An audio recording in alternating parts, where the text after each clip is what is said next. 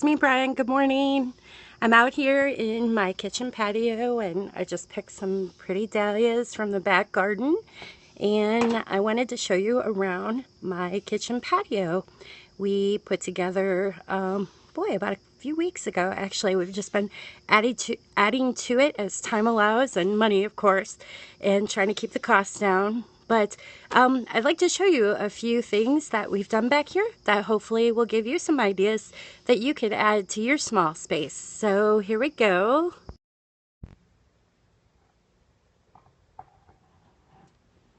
All right.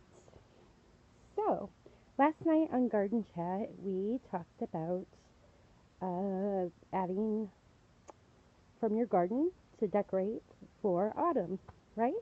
So I have to admit, now the gourds and the pumpkins I did not grow, but I don't really focus on those because I know that I have a lot of local growers and farmers around me who grow these for local grocery stores and things. So I know I can always find a really cool selection. Check this one out. This one I actually drove up to Toledo. They had a great deal. You could get 4 of these gourds for $1. It's very cool. And then, of course, the cute little baby pumpkins. They're so cute. So what I did, I had some window boxes left over. Most of these herbs I grew all summer. Most of what I have back here in this space were left over from containers I did for our fair back in July. I like to decorate the window boxes for the 4-H group that we're involved with, and they really appreciate that at the horse barn. Now, he's getting pretty rough, but you know what? He's still shooting off some nice looking seeds here, and I've used a little bit of that in my cooking, and it smells amazing. I just love the smell of dill. Even if you don't use it, it's so nice to have like real potpourri or the aroma just floating around here. So all I did in this container was not hard. I just took and stuck a few gourds in there, and that looks pretty cool. We'll see how long it lasts. So lots of leaves. I need to get the leaf blower out here, but I kind of like it. It's like nature's way of decorating for autumn. And let's see here. So this window box, now these were really easy to put together. Originally I wanted to have like cedar boxes made, but I was at the garden center and they had these plastic containers marked down already. It was at the end of the season, and these are really nice because they actually hold the water. They help with watering. I hardly have to water these, and as you can see, they're under a soffit, so they don't get a whole lot of rain. So basically all I did in here was I added some autumn favorites. I've got some mums and of course beautiful pansies, and this is an annual. I'll be curious to see what this does once the temperatures start to drop this week. We're looking at highs in the 50s, so most likely, because it's in the window box up next to the house, it will probably. So what we did, we had a big space back here that basically flooded all the time. The ground was really bad, and I used to walk back here, but it was a big mud pit. So what we did was we basically just laid some they dug it out. You know what? I need to blog about it because it's a little complicated. You definitely could do it on a weekend if you have the right tools to kind of level your location, and then basically have sand and some gravel stone and pick out your pavers. These are just basic pavers.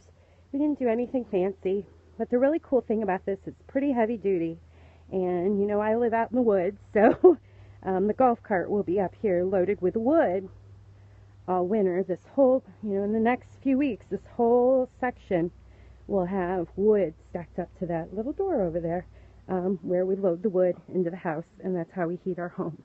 So let's go over to this window box. This one's really pretty. It's on a smaller window, and what I've got in here is herbs, lots of herbs that I've already been using these in salads, and I used that in fish the other day. There's some rosemary, but this is really cute. This was a new variety that I found in the, new for me. It was in the miniature garden section, and it actually is a miniature strawberry plant. Look at this. I mean, this is late September, and this is still putting off fruit. And I'll tell you, these are pretty tasty little strawberries for how tiny they are. But for my appetite, I'd need probably like 50 of these plants. But it's such a cute little novelty thing, and you can find these in the fairy garden section of your garden center. And it's just really cute, because I know like my 4-year-old niece gets a kick out of that. It's like just so cute. Look at the little fairies can have strawberries. Woo! And you know, then she really gets excited when she goes over into my big strawberry patch. So it's kind of cool. And then I also have some basil, and this is just an annual I really love. And you know me, I'm horrible with the names. I keep the tags in here somewhere. Probably should have had those pulled out before I started periscoping with you. Let's see, here's your tag. Nope, that's my herb tag. Well, anyhow, I'll put a picture of it and name it on my blog. So, well, let's see. Now, I've also been collecting. These are not planted yet because this is kale. And what I want to do with this, it's beautiful, the Red Russian. I'm actually going to be growing indoors for the winter. And so I need some good cold hardy crops to put in this greenhouse that we're putting together. And I'll share more about that on my social network at Twitter, BG_garden, or you can follow me on Periscope, because I hope to be doing these Periscopes daily, hopefully from the greenhouse. So that'd be a fun adventure to share with you all from here in Ohio. Now this, her days are numbered, just because the peppers, they're more of a hot plant, but I will end up putting this in the greenhouse that stays pretty warm during the summer, but I guarantee it probably will not survive because it likes the heat like every pepper does. So let me make my way over to this other window box. Got a few herbs on the step. Rosemary, so easy to grow. This one is a 5-year-old rosemary that goes in the greenhouse every year. These, I'm loving the color in this container. There's actually 2 window boxes here, and they were basically leftovers once again from fair, so I kind of recycled the plants, didn't have to buy anything new. The only bummer is, because it's in a shaded area, the peppers I have in here aren't doing so well.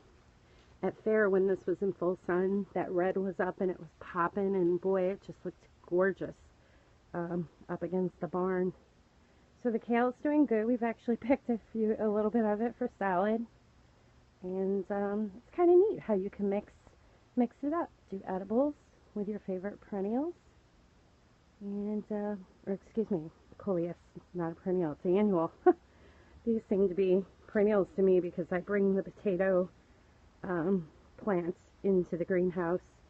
All of this foliage dies back, become spring again when it's warm, and I can put them back outside. It starts growing again. You just have to protect it from the hard cold.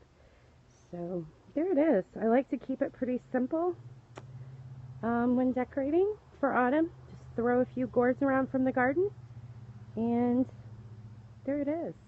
And I hope you guys have a great day. Join in the conversation on #GardenChat on Twitter, Facebook, and Google.